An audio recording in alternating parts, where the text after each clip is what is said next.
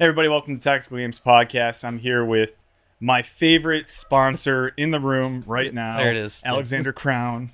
Thanks. Alexander, introduce yourself for us. Because you've been here before, but that podcast episode never released. So we have to go through this all over that again. Was Rose's fault is why I'll blame Rose. Yeah, so I'm Alexander Crown. I'm the brand manager for Nightforce Optics, and I'm very happy to be here. Yeah, happy to have you. So I should look at the camera instead of looking at you. I want to look at you. Look at me. You look at me. Yeah. I make eye contact for like dramatic effects sometimes. Just lean into the mic. That's it. If you could hide behind it, that would be perfect. Yeah, I could. Yeah. Tell us a little bit about what's going on with Nightforce.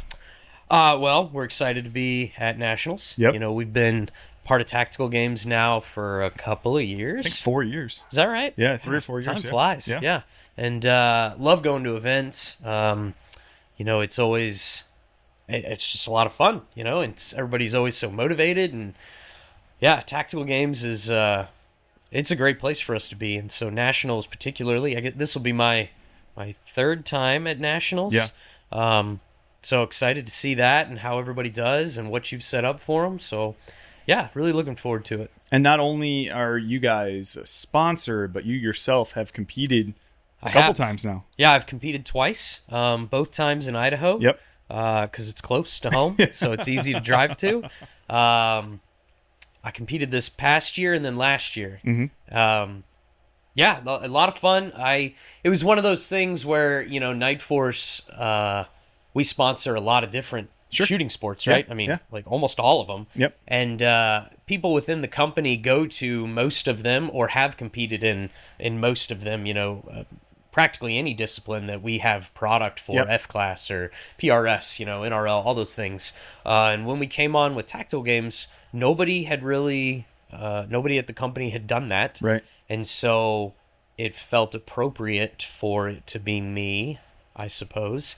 Because, you know... You represent the brand. You are the brand manager. Yeah, that's important. But this is the type of shooting that I enjoy most. Yeah. You know, carbine work and pistol and you know, more so than maybe bolt gun stuff, which is still fun and I still enjoy it. But Tactical Games really appealed to me at that level. And then, of course, the fitness side of it is always a lot of fun. And so, yeah, competed in Rupert last year and had an okay time.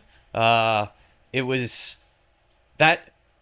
a difficult competition for me. You brought your best buddy out with you. I did, yeah. Bill, right? Uncle Bill. Bill, yeah. My best buddy Bill from high school. So Bill and I competed, and I beat him. So it's important. It's important to say that. To know. Yeah. Even though he was like bigger, stronger, and faster than me, I outshot him. So, you know, that's the main takeaway here. That's what I tell people when they ask about Tactical Games. Like, why?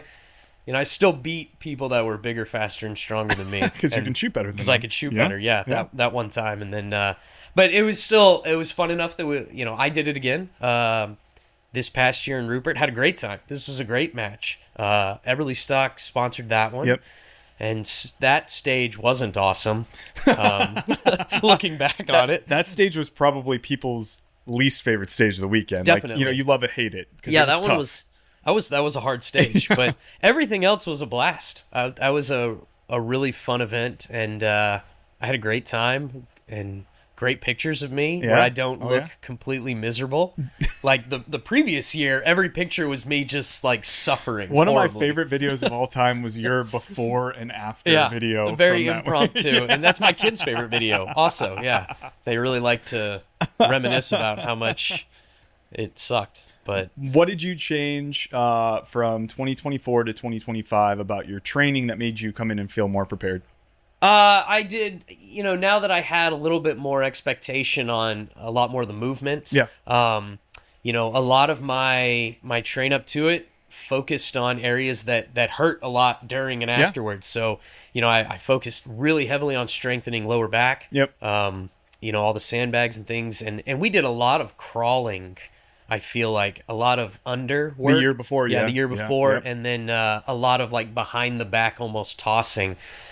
So focused heavily on lower back, and then a lot of core strength. Yeah. That came through very quickly. That my core I had not paid enough attention to it. You know, that first year, but this past year, it made everything a lot easier. And, you know, a lot of the weights, the sandbags, I did a lot more sandbag training. I had, you know, focused a lot more just in the gym. I don't know, not, I mean, some compound, you know, lifts and things like that, but I really, the next year was like, well, I'm just going to buy a bunch of sandbags and move those a lot more and get better at that because it's an integral part of tactical games. And so focused on that. And, you know, I think just also having one event under my belt really helped with the confidence of it. Like, okay, well, it probably won't be worse than the first time.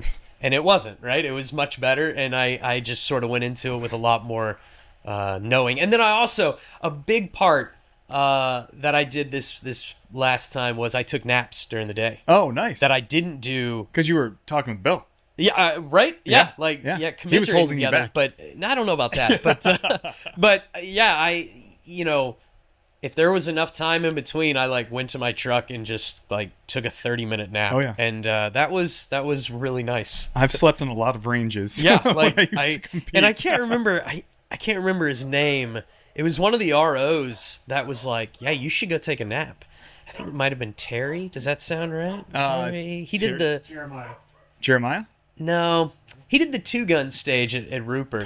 Tori. I was close. Yeah, very close. Yeah, Tori. He was like, yeah, you should go nap. And I was like, oh. That's genius. Oh, great idea. And he's like, yeah, I nap all the time at tactical games. And so I did, and that also really helped with my morale. Yeah. And, but... yeah, I mean, so it was just very different. And then you said to me, man, maybe last year, like, I hate running. Right? Yeah. I'm a terrible runner. I hate running. I will never like running. Right. I don't want to run at any given time ever. And you were like, well, you know, if you want to get better at it, you should definitely completely avoid it. Yeah. And so I didn't completely avoid it as much. I'm still a terrible runner, and I won't do it for fun. No, there's no every time I see running programmed, I in my head go, fuck, I don't want to do this. No, yeah. It's like, and then I do it and I feel better afterwards. I like hasn't happened to me yet. I never feel better after a run ever.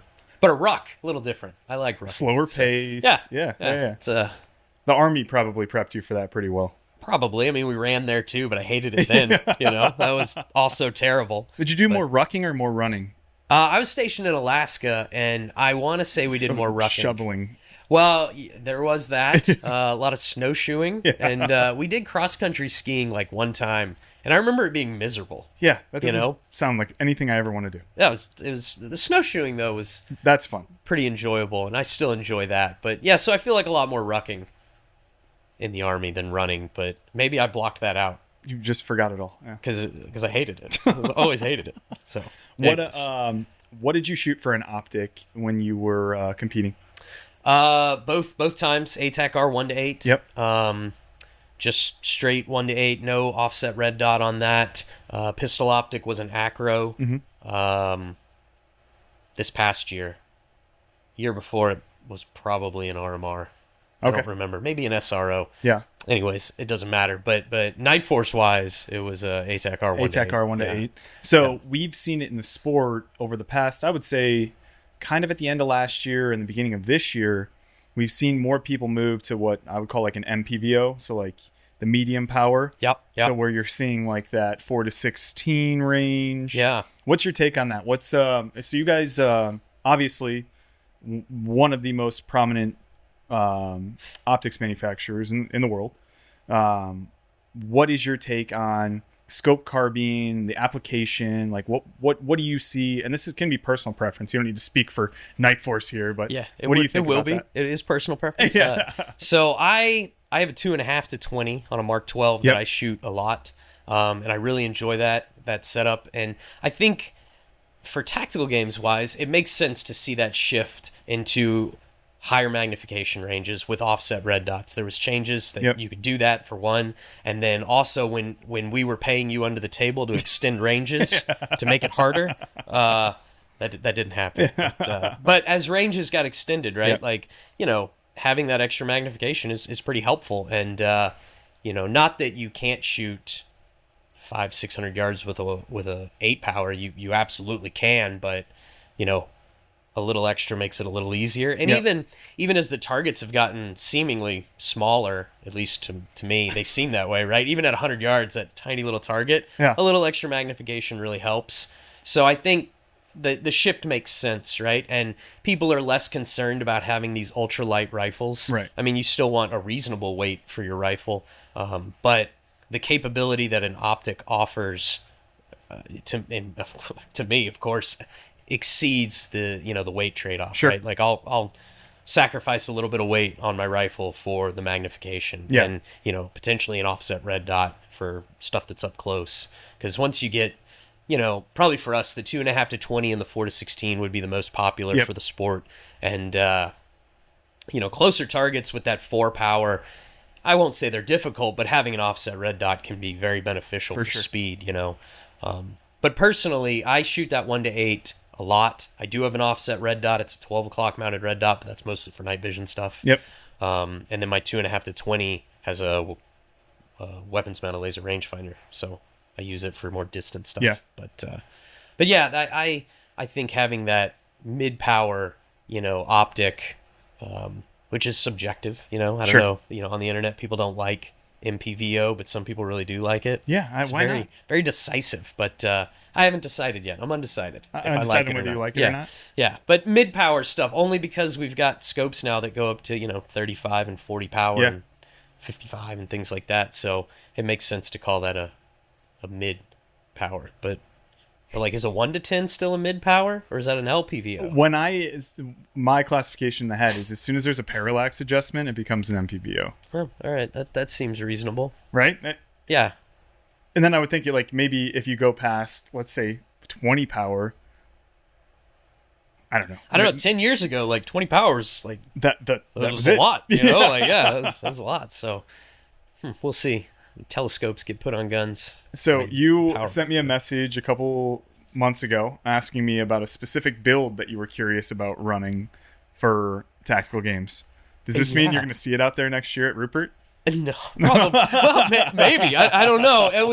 I asked about. You had some bourbon, and you were like, "Yeah, this is a great question." Well, I saw one on Instagram with a 1 to 8 on it. Yeah. I was like, that's pretty rad, actually, And I kicked that around a little bit. And I know you also like somewhat exotic Yeah, I like weird firearms. stuff. Yeah. And I knew you would know instantly too, right? Because that's notable. Yeah. Like, anyways, the gun was a Steyr AUG. Yeah. And I don't know if anyone from Steyr watches this, but, like, hit me up. Like, that'd be cool. But, Sponsored shooter. yeah, right? With Steyr. No, I probably won't shoot one. I'm pretty comfortable with an AR-15, but it would be cool. I don't know what benefit it would give you, though. I don't think much. Like, I've never done, like, barricade work with a bullpup. A lot of exposed barrel and not a lot of place Yeah. to rest. Yeah. It'd still be neat. Yeah, you could reload from the back. I guess that's one. Yeah, I don't know. My reloads are like my least concern when I'm competing in tactical games. It's more like breathe. Yeah, don't die Yeah, while I'm out there. keep breathing. Keep breathing, But that would be cool. So what's I won't ask you about anything new and exciting happening You can at ask, Nightforce. but I'm going to do a better job not talking So about what's it. exciting and new happening at Nightforce? Well, I'm not going to talk about it. Okay. So maybe I'll talk about something new and exciting next year. Awesome. Maybe. Maybe. Yeah. Maybe let's new exciting things to talk about next year. Appreciate that. Yeah. So what are you looking forward to most this weekend? Ooh, I really want to see, obviously how it shakes out for, the elites. They're always a lot of fun to watch. Always curious to see who's running Nightforce. That's always exciting for me. And then also what competitor product is out here. I like to see how folks are setting up their rifles to basically solve the problem, that they've been presented. Yep.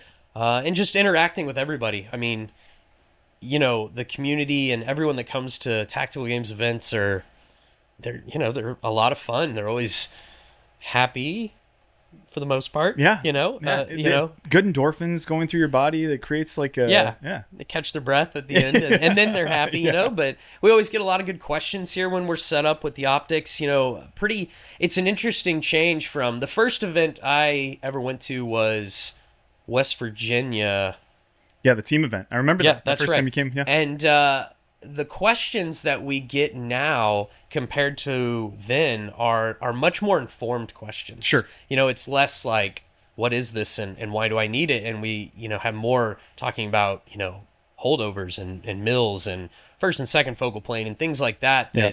you know, the community has become more informed of LPVOs Yep. and higher magnification stuff and how it can help them. So it's a lot of fun to see that change and get a more informed consumer and just have conversations with them. So I spent a good bit of time with Brian out at Hat Creek, and he was explaining the reticle in a way that I hadn't had the Mill XT. I hadn't had that much in-depth understanding of what was happening inside the reticle and what can be measured in there and what different mark lines meant. It changed the way that I did a lot of things, and it changed my understanding of how I was utilizing that system. And I was underutilizing it for a very long time until it was actually explained to me very thoroughly. And it's just like, you can have a Kestrel in your hand, but if you don't know how to use it, it doesn't matter. Right. It's the same thing with a reticle. Like, if you don't know what you're doing with it, if you don't have that information, it's not great. So it seems like you guys are more than willing to share information when people come up.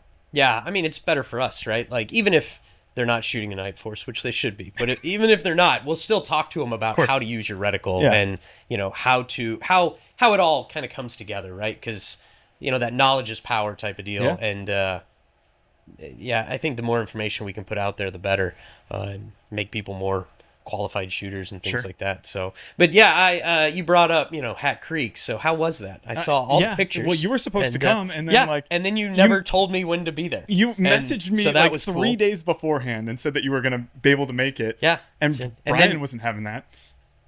Anyways, it's fine. Maybe I'll get to go next time. Maybe. All right. So, are you a mill or MOA guy? Me, I don't even know how MOA works. I only shoot mills. I was taught on mills and have never bothered to learn MOA. So it's all mills for me. They didn't teach you MOA in the Army?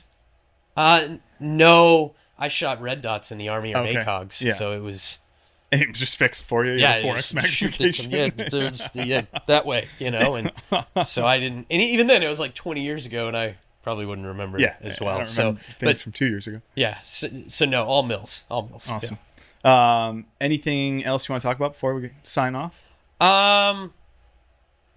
No. Okay. I think we've covered everything. We could talk about the sniper comp and let's talk about how that. Isn't Sarah competing? She said she was competing next year. You can pressure Sarah about competing. She'll be here tomorrow. Oh, we'll pressure her all weekend. I've tried. I've tried to get anyone from Nightforce to compete other than me. Do you want to plead on camera? We can cut in some great music, and it'll be like the Sarah McLachlan. I should hold one of your dogs. No, I don't want to plead with them, but I was gonna say. So we were talking about sniper comp, and a whole bunch of people at Nightforce are like, I want to shoot that. Nice, awesome. Right? I was gonna pitch that to, and I don't know how this affects anybody else in the world, but a requirement to shoot sniper comp should be having competed in a regional match. You have to compete in the tactical games before you can go to the tactical game sniper comp. Yeah. I feel like that's sort of reasonable because they're same but different. Yeah. So you kind of have to. That's a great idea. I'm going to take that idea. I'm going to hang it right up on the fridge. I'm going to put it right up on the I know, fridge. Good idea, Ferry.